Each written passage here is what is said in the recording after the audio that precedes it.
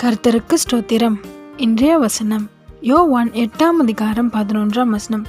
இனி பாவம் செய்யாதே. யோவான் 8:11. இனி பாவம் செய்யாதே. இன்னைக்கு உங்களை பார்த்து ஏசப்பா சொல்கிற ஒரு காரியம் என்ன தெரியுமா? இனிமே பாவம் செய்யாதீங்கன்னு சொல்கிறாரு. ஆமென். இது வரைக்கும் பாவம் செஞ்சிட்டு இருந்தீங்களா? இதை விடணும்னு நினைக்கிறேன், ஆனால் விட முடியல, இதை செஞ்சுட்டே இருக்கேன் அப்படின்னு நினைக்கிறீங்களா? இல்லை பாவன்ற ஒரு குற்ற உணர்வு உங்கள் இருதயத்தில் இருந்து உங்களை பாதிச்சுட்டே இருக்கா? ஐயோ இதை செஞ்சுட்டேனே அப்படின்னு சொல்லி நீங்கள் ஃபீல் பண்ணிட்டே இருக்கிறீங்களா? ஒரு கில்ட்டி கான்ஷியஸ் உங்களுக்கு இருக்கா? இன்னைக்கு ஏசப்பா சொல்கிறாரு, உன் பாவத்தை நான் மன்னிச்சிட்டேன், இனி பாவம் செய்யாது.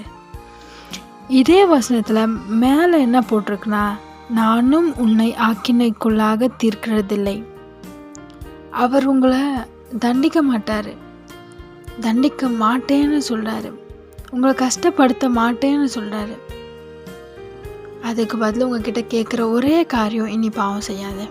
நான் உன்னை தண்டிக்க மாட்டேன்ப்பா, உன்னை காயப்படுத்த மாட்டேன், உன்னை கஷ்டப்படுத்த மாட்டேன். ஆனால் உன்னே ஒன்று செய், இனி பாவம் செய்யாத. உன் பாவத்தை நான் மன்னிச்சிட்டேன், புது வாழ்க்கையை உனக்கு தந்திருக்கேன். இந்த வாய்ப்பை பயன்படுத்தி ஆசீர்வாதமாக மாறுன்னு கர்த்தர் சொல்கிறார். ஆமென். ஏசப்பா இன்னைக்கு உங்களை பார்த்து சொல்கிறார், இன்னும் அந்த குற்ற உணர்ச்சியில் இருக்கீங்களா? இப்போ உங்கள் பாவத்தை அறிக்கை செய்து விட்டுருங்க. இனியும் அந்த பாவத்தை செய்யாதீங்க. அவர்கிட்ட உதவி கேளுங்க. ஏசப்பா நான் இதை செய்யக்கூடாது, எனக்கு ஹெல்ப் பண்ணுங்கன்னு கேளுங்க. நிச்சயமாக அவர் உங்களுக்கு உதவி செய்வார். உங்கள் பாவத்தை மன்னித்து புது ஆரம்பத்தை தந்து ஆசீர்வதிப்பார். ஆமென்.